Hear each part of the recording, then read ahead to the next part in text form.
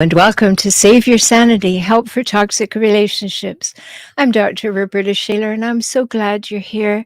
When you come back, it means that you're learning something. You're hearing things, maybe insights that you haven't heard before or ones you needed to hear again. So I'm always glad that you join me.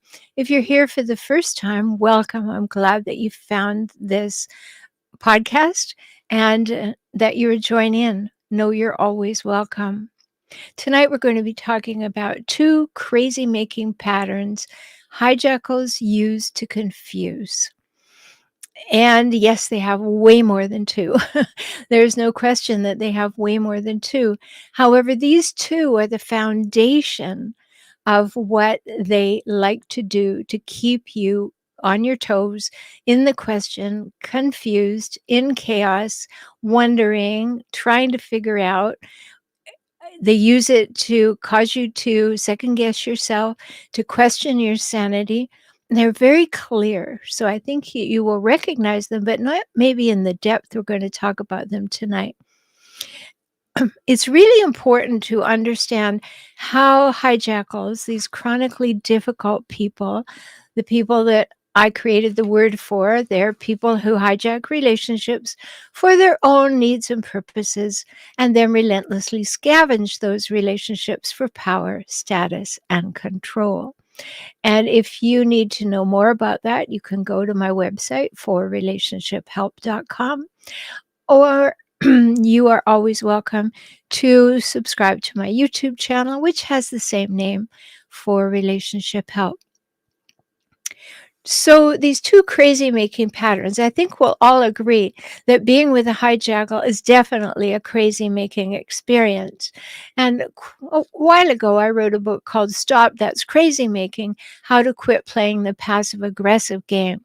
If you haven't read that book, I really advise you to do it, because all hijackals are passive aggressive.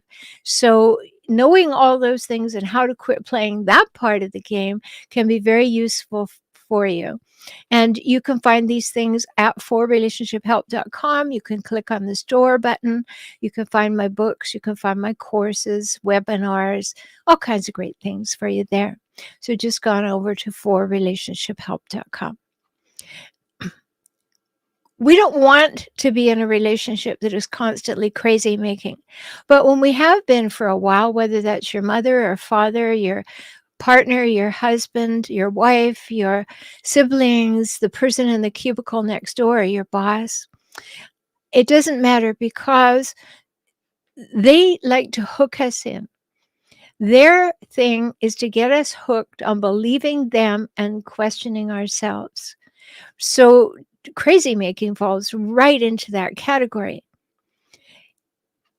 And you get into a loop sometimes. You've been worn down and torn down and put down by these people, so that you are sort of at the end of your rope. You are kind of blurry. Things are a little fuzzy. You don't remember, did I say that? Didn't I say that? Did they do that? Didn't they do that? Did I make that up? Was that the absolute truth? And when you're having those conversations in your head, the hijackal says, yes, I got you.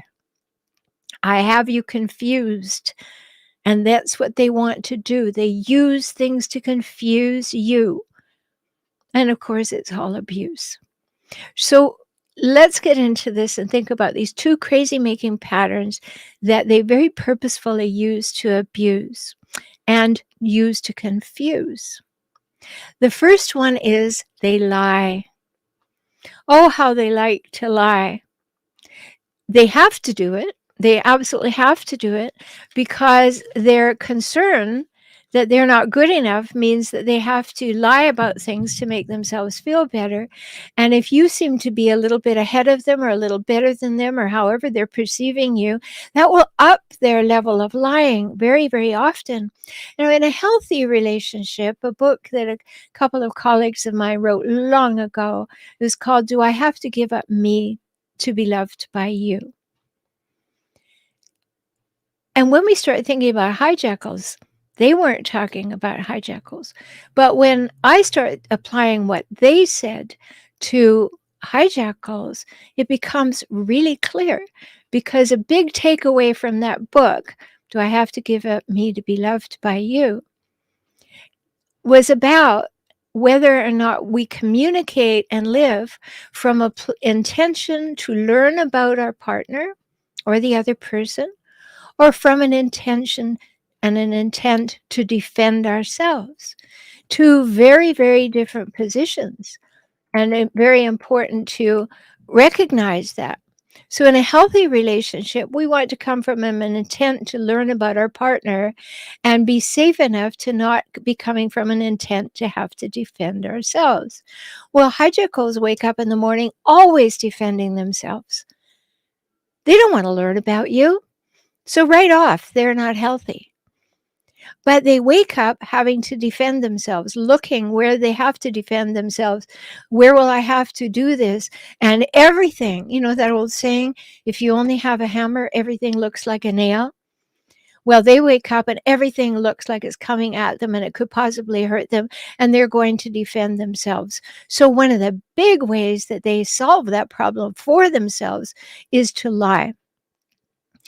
And that lie is not because they have strong values and they speak up. No, it's coming from that intense defense place where they just honestly are so afraid of the emotional pain that they might have that they lie and put things off. They lie about what they said. They lie about what they did. They lie about their motives. They lie about things that you have evidence that happened, and they'll tell you they didn't, because in their world, they cannot tolerate the idea of owning their behavior. You've probably noticed that. It's very difficult to get a hijackal to own their behavior. I actually made a mistake. Just that sentence, I made a mistake. Here is the mistake I made, and own it. No, they're going to put that mistake back on you, the blame shifting. I did a whole episode on that. They are going to say, no, you're wrong. That never happened. They're going to lie. They're going to lie about how it happened. They're going to lie about the circumstances in which it happened. And they are going to mold that lie to make themselves out to be fine and you to be not so fine. That's one of the ways that they lie. Now, I've done an episode on pathological liars, and some hijackals are pathological liars, but narcissists in general, the hijackals, are narcissistic, they are psychopathic, they are sociopathic, they're histrionic, they are sometimes borderline, and always passive aggressive. So when you know those things, that's what they have to do in order to get up in the morning and feel like they can face the day, is to ward off absolutely anything and be superior to it. It's not a stretch to realize that they lie whenever they feel it is required. So they're always living from that place of defense. And so know this, that they're primarily, don't put your compassion hat on too firmly here, they are primarily lying to be defending themselves from deep shame. Yes, hijackals have a very great aversion to any further shame in their life, as most of us do, but theirs is very heightened. And so they lie to avoid shame. They lie to avoid the appearance of shame or the likelihood of shame. They will do anything to push away the possibility of shame. Now, know this, you didn't break them. You can't fix them. Do I have to say that again and let it sink in? You didn't break them, and you can't fix them. It's not your job, and it is not within your capabilities to fix them. The only way that a hijackal can change is if it wants to, if he wants to, if she wants to, if they want to. And that's really hard to swallow, because when you come from the healthier human planet, you assume that there's going to be an interaction. We want the same thing. We want the relationship to get better. Here's what we have to do in order to make the relationship better. And because the people from the healthier human planet look like the people from the hijackal planet, we think they're like us. But a big learning is to realize that the people from the hijackal planet are not like us. They don't want that. They don't want their relationship to grow in truth and strength and trust and respect and all, because that's too equal for them. So they lie, and they lie a lot. And when you're with somebody who lies a lot, it completely puts the possibility of emotional intimacy right out the door. You can't be emotionally intimate with somebody that you can't trust. You can't be emotionally intimate with someone who demonstrates that by lying to you that they don't respect you. These things will not be available in a relationship with a hijackal, because they are lying and defending themselves all the time, which pushes away the possibility of any emotional intimacy. So they keep you at bay. They never quite let you in. Yes, it seems like they have those little moments that they give you some breadcrumbs of something that looks like love, or you recognize as love, or you really hope is love. But they keep you at bay. They keep you at arm's length. They keep you guessing, and they just need to be safe themselves. They're doing all of that to keep themselves safe in their own ecological system within themselves. They feel they have to do this in order to keep themselves safe. Again, you didn't break that. You can't fix that. So just knowing that, you can maybe have an insight into that I didn't do it, I can't undo it. And that's very important, because healthier humans try and try, and they bend themselves out of shape and into pretzels trying to get a hijackal to feel safe enough to have some emotional intimacy. And that is not going to happen. It is simply not going to happen, because it's all about survival to the hijackal. Everything about survival. So in order to look good at any moment, they have to lie to make up a story that puts them as the hero or the victim or the one who did the most or the one who did the least or has the most. And, whatever it is, whichever side of the equation they're going to play, either the overt, braggadocious, entitled, arrogant person, or they're going to play the victim. Nobody ever thinks of me. Nobody ever cares what I want. Nobody ever gives me anything. And some hijackals are so good that they'll play both ends. So the lying is the preserving of their need to always be right and on top. It doesn't have anything to do with you. One of the biggest things to learn when you're dealing with hijackals is that if you take it personally, it would be really an error, because they're doing it because it's who they are. It's not about who you are. And that's a big step back to actually say to yourself, maybe it has nothing to do with me. They would be doing this to any human who was in my relationship space with them. It is not about me personally. Yes, they will say you, but we know that you is also a plural, not just a singular. And they would be saying that to anyone. Isn't that a relief to actually realize it's not about you? No, you want them to love you. You want them to approve of you. You want them to validate you. And they know that. So what do? They withhold it until they really, really, really want something. And then they give you a little bit of it for a hot minute till they get what they want. And then they go back to devaluing and dismissing and discounting you and lying to you again.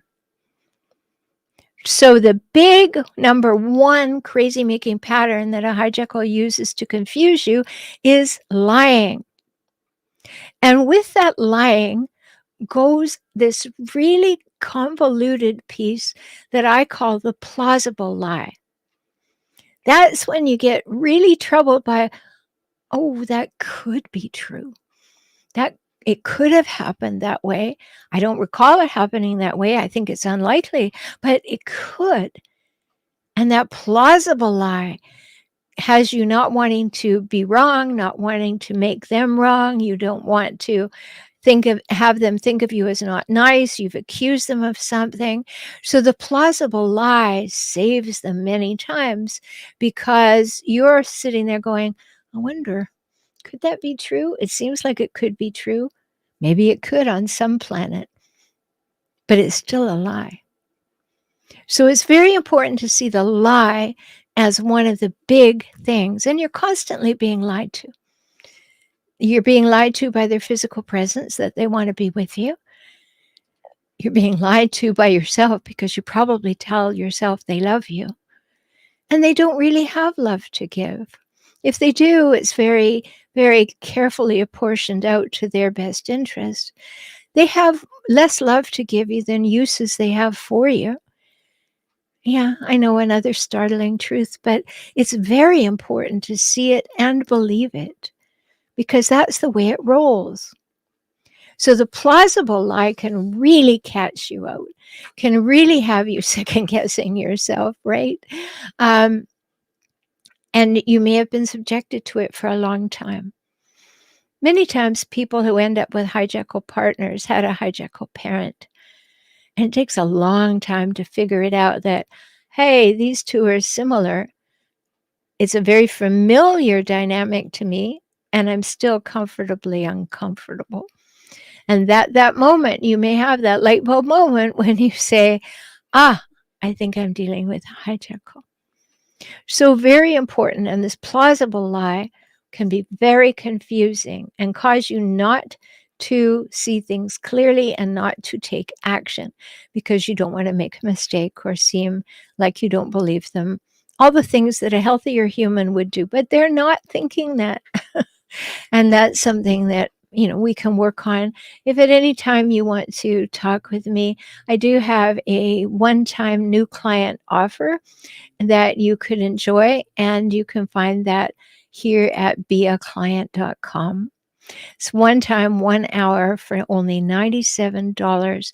And we can talk about what's top of mind for you, what questions that you have, or talk about the situation in which you find yourself at beaclient.com. And thank you so much to the people who are supporting this podcast.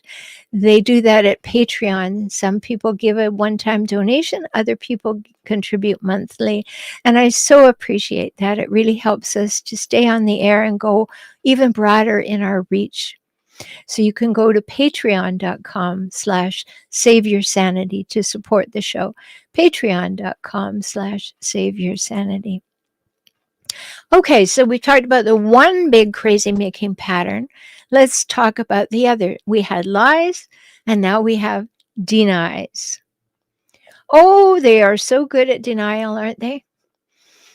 You did this. No, I didn't. You said this. No, I didn't. You want this. No, I don't. But you said you want it. No, I didn't. And around it goes. I would bet you're very familiar with that. I've said so many times in the program, I had hijackal parents and I married a hijackal partner. I divorced and had to co-parent. So I know about this stuff from the inside out, as well as all of the education that I've had. So it's important. So denial. We talk about that all the time. We joke about it, say denial is not a river in Egypt. But denial is really when something is very strongly not what we want to be true in this situation and in this context we're talking about tonight. So we simply deny it. And when we're little, that's fine. Did you take a cookie out of the cookie jar? Right? It's a way to save our self-esteem, to keep mom and dad still liking us. No way, I didn't do that because that would be bad. And I didn't do That's a very childlike response. And it's distorting reality. Yeah, it actually happened. So why are we pretending it didn't happen? It's very confusing to the healthier humans, because if it happened, it happened. I mean, there's a record. These days, somebody took a video of it. You could imagine. There, it happened. What are you going to do with the video? Say it didn't happen? That's what hijackals do. Somebody edited it. Someone made it up. Somebody, whatever. Denial, denial, denial. And some of the forms that denial takes, you'll be very familiar with, but you may not have hooked it into the fact it's denial. So I wanted to talk about those things a little bit more because they're very important. Like they'll dismiss things. One of the ways that they deny is to dismiss things.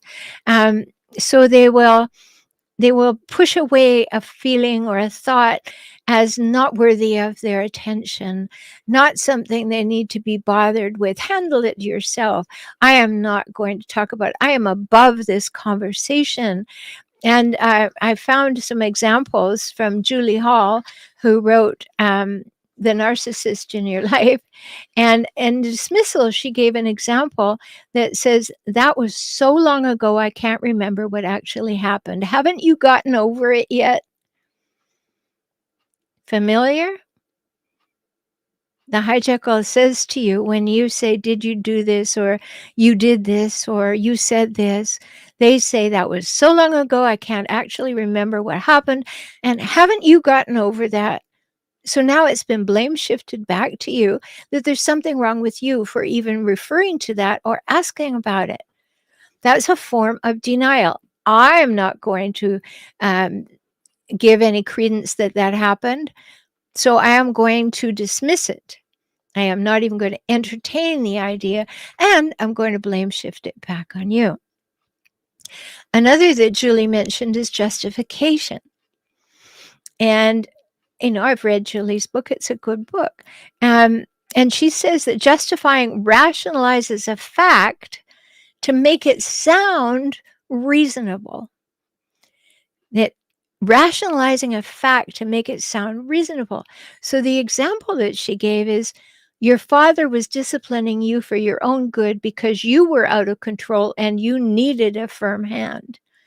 So now I'm rationalizing the fact that the child was hit to the child to make it sound like the child created that need to be hit. And that's denial. That's another form of denial, another form of self-deception. Another way is to minimize. You know how they like to minimize you. They don't care about you. Your feelings don't matter. Your timing doesn't matter. Your needs don't matter. Your feelings are insignificant in comparison to them. And so they minimize when they acknowledge a fact. They may acknowledge it, but they'll say it doesn't matter. It doesn't matter. It's not important. And I don't know why you're bringing it up. So an example that Julie Hall gave was, your father got angry sometimes, but he was always there for you. Oh, so you're not going to talk about the anger and the spankings and the beatings and the being put in the cupboard and all of that. You're going to minimize all of the pain that I'm bringing to you and say, but your father was always there for you. No, don't let people do that to you. I still want to talk about my father getting angry. And that's denial. That person does not want to talk about what really happened because they're not going to take responsibility for what they did or didn't do. Now, in that example, the mother is saying your father got angry sometimes, but he was always there for you. Mother is taking no responsibility for not intervening during the anger. And that's the story she told herself. She denied that the father was behaving irrationally or with too much vigor. And that's what she needed to tell herself so that she didn't have to intervene. And now she's giving it over to the person who was the child at the time, and then minimizing that the anger mattered and saying he was always there. Who knows what that means? People are always there for you. They could be sitting in a chair passed out. Who knows what always there for you actually means? Each individual situation is different. So this a form of denial is to minimize what happened. I am not going to recognize the full effect or potential or damage that actually occurred. So another one is negation. They just say it didn't happen. No, you've got it all wrong. It didn't happen that way. It didn't happen at that time, and it didn't happen that way. And what's wrong with you anyway that you're bringing it up? They can't handle that. They deny that it occurred, And they deny that you want to talk about it, and they do it all in one fell swoop, right? They just want off with their heads, get that out of here. We're not talking about that. Back off. No, dismiss this, negate this, justify this. We're not having that. And that's when you reach that brick wall. I watched it happen, and now you're telling me it didn't happen? I have it on a recording, and you want to tell me that it didn't occur? That's crazy. I had a client once whose husband took a sledgehammer to the bedroom door because she wouldn't let him in. Did he take responsibility for doing that? No, it was her fault for locking the door. That's the way no, he didn't deny that there was a sledgehammer involved, but he did deny what he did with it and why. No, he's just not taking responsibility for that. And we know hijackals do not take responsibility or be accountable for their actions because of these two crazy making patterns they use to confuse you. They lie to you and then they deny things that happened. And another way that they deny it is they reverse it. So they come up with some crazy fantasy thing that's kind of the opposite of what actually happened. And Julie Hall gave this example. She said, your father has always been kind and loving with you. He's a saint, and you're lucky to have him. Now, we can get really crooked in our thinking about this. I was working with a client one day who was talking to me for about half hour, just listing all the abuses. She wasn't even aware that they were all abuses, but I was listening to it, and they were. And then she said to me, oh, but he's a wonderful father. I said, what makes him a wonderful father? She said, well, he coaches our daughter's team. I said, that's not a wonderful father. That's what fathers are supposed to do. That's what fathers do. That doesn't make him wonderful. That makes him normal, healthy, normal, to want to coach. But in that case, of course, that was just to have more time with her and more power over the child. So it's very important to see these two crazy making patterns because you may not parse them down, break them down to see what is it really involved in lying and how many different ways are there that they're lying and how many different ways and forms does denial take. Because both those things will set your teeth on edge and have you questioning your sanity and second-guessing yourself like crazy, which is exactly what a hijackal wants you to be doing because it gives them a sense of power over you, a way to manipulate you, a way to control you, a way to affect your feelings, and hopefully lower your self-esteem so that theirs can rise. They want to keep you down so they can feel superior. And that goes on all the time, even with the victim ones, the covert, vulnerable, narcissistic people. Even while they're playing the victim, they still want to drag you down because no decent person would make me feel like this. Maybe some of these things are familiar to you, and I'm sorry if they are, but that's why you're here, so that we can talk about these things, put them out in the open, see them in the light of day, and become realistic about them. To realize that the lies and the denials are not healthy. They are not going to allow space for a healthy relationship to grow. So I hope that's made some sense for you. If you're not ready to work with me at beaclient.com, but you'd like to have interaction with me, I also have a membership program. And you'll find that at joinintoday.com. There we have 2 and maybe upcomingly 3 community calls where you can ask me any question at all 3 times a month. We're just adding another one in April. So that's a big benefit because you can talk to me directly and talk with other people and hear their solutions. And then there's the whole membership site where you can talk to other people, put your questions out, get lots of input. Plus you get discounts on all of my products and many, many other perks. So go to joinintoday.com and join the Emerging Empowered community. You want to be emerging empowered, so joinintoday.com. I hope that this has opened your eyes to a few things that could be happening or have happened in your life and maybe have some lingering effects. These crazy making patterns that they engage in, the lying and the denying, are multifaceted, as I've said, and I hope that you see them clearly because that's so important. I'm Dr. Rhoberta Shaler. I'm so glad you're here, and I look forward to seeing and talking to you again. Take good care, and in the meantime, remember, take very good care of yourself because you're precious and you matter. Talk soon.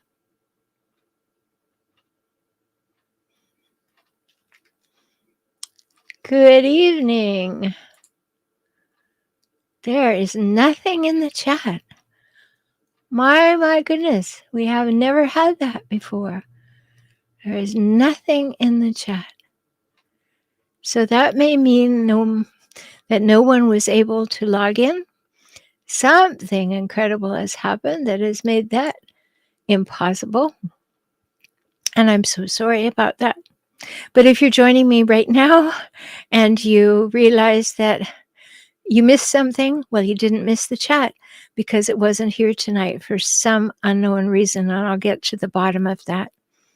So just as I said earlier to the podcast listeners, you here on YouTube or Facebook, until we speak again, take very good care of yourself because you're precious and you matter.